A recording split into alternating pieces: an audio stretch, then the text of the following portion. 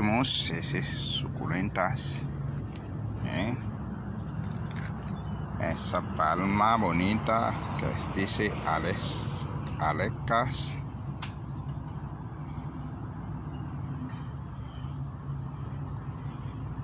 Esa flor que tiene blanca, ese cuna de Moisés. Ese árbol que mucha gente dice árbol de dinero. Si son árbol de dinero, todo el mundo te va a querer comprar. ¿Para qué? Para que tenga dineros. Pero tiene ese nombre.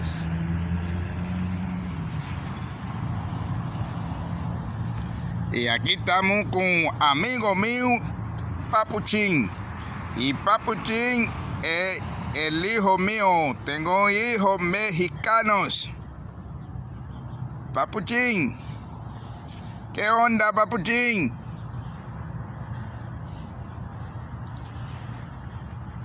Papuchín, ¿qué onda?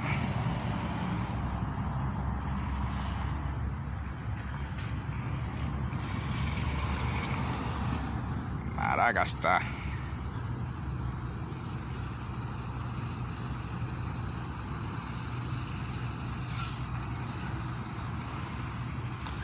Aquí tenemos muchas plantas diferentes y bonitas.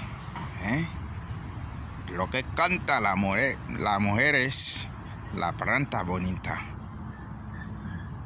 Eso es.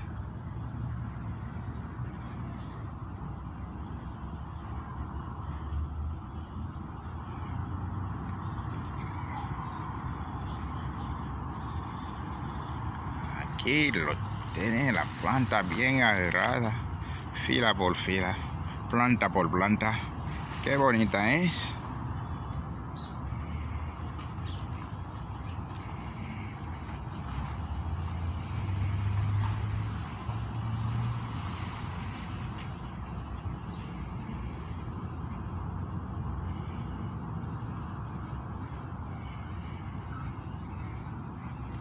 Ese teléfono, colgantes, herechos.